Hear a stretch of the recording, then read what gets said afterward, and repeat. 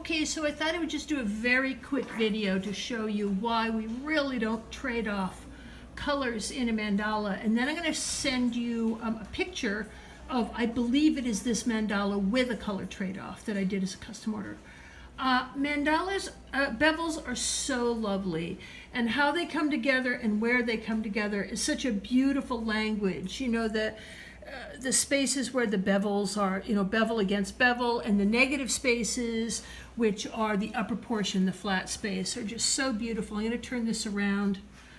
And they have rainbows in them. Once you interrupt that language, it's just not the same. So that is why when we do color, we put color here in these outer edges. And again, here's a good example of that.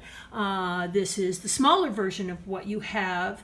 And you can see I've only put color in the outside because the rest of it is so incredibly lovely in how it moves.